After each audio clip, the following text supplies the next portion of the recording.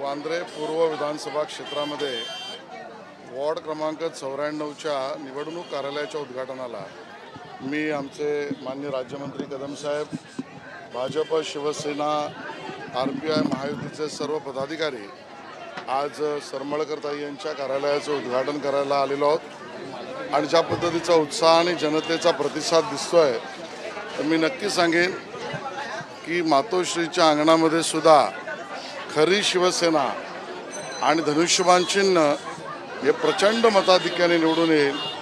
जो बाळासाहेबांच्या विचाराबरोबर प्रामाणिक राहिला ते खंद नेतृत्व, मजबूत नेतृत्व एकनाथ शिंदेजी आणि बरोबरीने भारतीय जनता पार्टी मान्य देवेंद्रजी, मान्य रामदास आठवलेजी या सगळ्यांच्या सहकार्याने या ठिकाणी धनुष्यबाण आणि खरी शिवसेना जिंकेल याचा मला पूर्ण विश्वास आहे।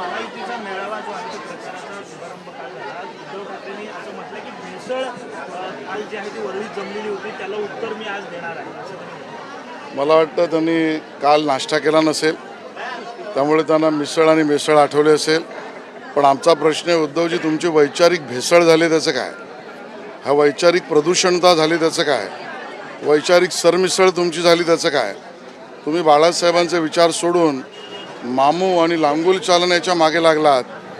ज्या मराठी माणसाच्या एका अर्थाने संयुक्त महाराष्ट्राच्या लढ्यामध्ये मराठी माणसांवर ज्यांनी गोळ्या काढल्या त्या काँग्रेसबरोबर तुम्ही हातमिळवणी करून बसलात। या सरमिसळीचं काय, या भेसळीचं काय, या वैचारिक प्रदूषणाचं काय, त्याचं उत्तर उद्धवजींनी पहिलं द्यावं।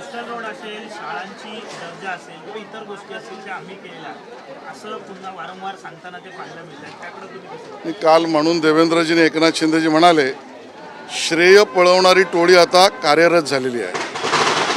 स्वतःच्या घरात बसून कोरोना काळात कार्यालयात पण न जाता जे विकासाच्या कामाचं श्रेय घेऊ पाहत आहेत ती लोकांची टोळी म्हणजे श्रेय पळवणारी टोळी आहे।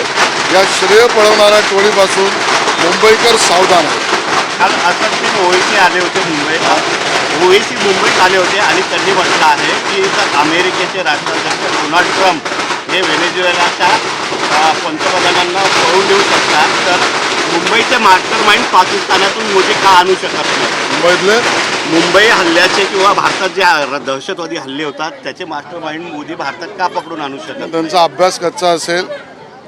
मास्टर माइंड आतंकवादी अमेरिकेतना भारतात प्रत्यार्पण 4 महिन्यापूर्वीच मोदी सरकारने केलं हे त्यांच्या लक्षात नसेल आणि म्हणून त्यांनी अभ्यास कच्चा आहे, त्यांनी अभ्यास करावा। पण आधी त्यांनी मला उत्तरही द्यावं, तुकडे तुकडे गँगच्या लोकांचं ओवैसी समर्थन का करतायत? भारत तेरे तुकडे होगे 50,000 असं म्हणणाऱ्या एका अर्थाने विघटनवादी शक्तींच्या बरोबर ओवैसी तुम्ही उभे आहात का, हा आमचा त्यांना सवाल आहे।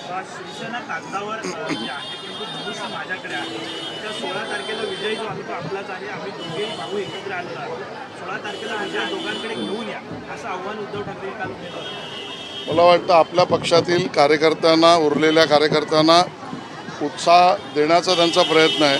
धनुष्यबाण एकनाथ शिंदेजींबरोबर आहे, बाळासाहेबांच्या विचाराबरोबर आहे आणि खऱ्या शिवसेनेबरोबर आहे आणि धनुष्यबाण हे प्रभू रामचंद्राच्या हातात आहे आणि त्यामुळे जय श्रीराम म्हणणाऱ्या भारतीय जनता पक्षाबरोबर आहे आणि त्या धनुष्यबाणाचा विजय म्हणजेच महायुतीचा विजय होणार आहे।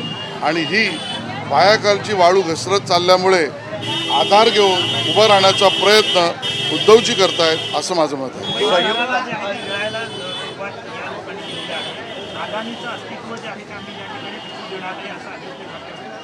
मला वाटतं आदित्य ठाकरे निवडणुकीतच नाही आहेत, ते नॉन कॉग्नायझेबल आहे। जसं FIR च्या अगोदर NC असतं ना, तसं आदित्य ठाकरे NC आहेत, त्यांच्याबद्दल मी प्रतिक्रिया काय देऊ? सर, आज संयुक्त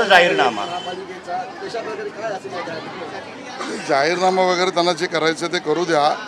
100 प्रश्न त्यांना विचारणार आहोत की 2017ला तुम्ही जे वचन दिलं होतं त्याचं काय झालं आणि म्हणून 2017ला जी शब्द आणि वचनं दिली त्या तुम्ही सबशेल फेल झालेले आहात।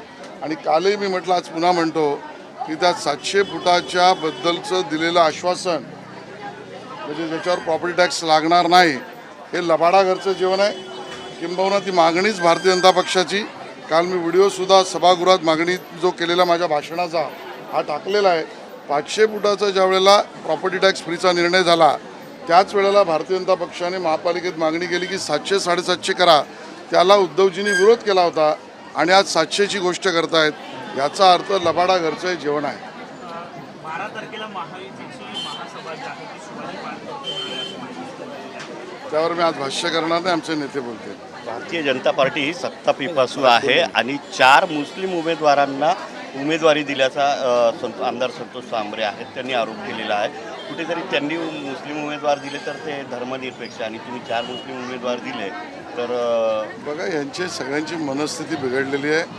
लोकांचा रोष महाविकास आघाडी आणि त्यांची 2 भावांची युती याच्यावर आहे आणि त्यामुळे जे मुद्देच निवडणुकीत नाहीत त्यावर ते चर्चा करत आहेत.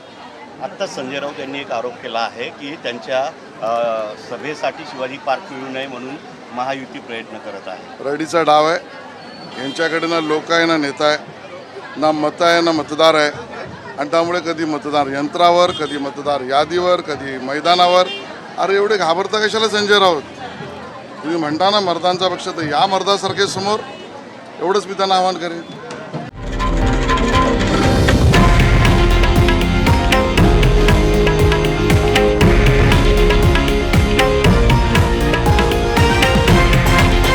हे आहे देशातील नंबर 1 न्यूज नेटवर्क आणि आपण पाहत आहात TV9 मराठी, एकमेव.